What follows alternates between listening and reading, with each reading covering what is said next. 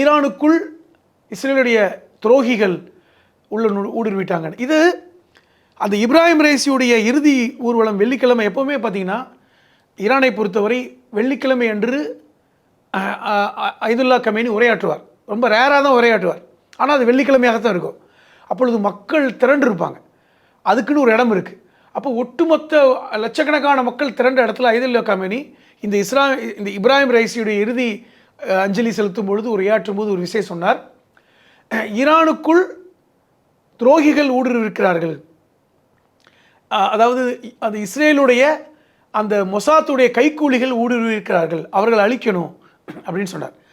அது உண்மையாக்கப்பட்டிருக்கிறதாக இப்போ செய்தி வருது. இப்போ நீங்கள் ஐதுல்லா கமேனி இருந்த இடத்த யாருக்கு தெரியும்? ஒரு உயர்ந்த பொறுப்பில் இருப்பவர்களுக்கு தெரியும். ரொம்ப எளிதாக கண்டுபிடிக்க முடியாது. அதுவும் போர் நடந்து கொண்டிருக்க நேரம். சும்மா கூட சொல்லலாம், இங்கே இந்த மாளிகையில் இன்றைக்கி விசிட் பண்ணியிருக்காரு, இன்றைக்கி ஈவினிங் வந்து இத்தனை மணிக்கு ஐதுல்லா கமேனி இங்கே வந்து பேச வர்றாரு அப்படின்னு சொல்ல முடியும். ஆனால் தி டிக்ளேர்டு வார், ஒரு ஒரு ஒரு போர்க்கால சூழலில் ஒரு தலைவர்கள் வந்து எங்கே இருப்பாங்கன்னே சொல்ல மாட்டாங்க. அப்போ இப்படி ஒரு சீக்ரெட்டாக வைத்திருக்கின்ற ஒரு நிகழ்வு எப்படி அவர்களுக்கு தெரிந்தது?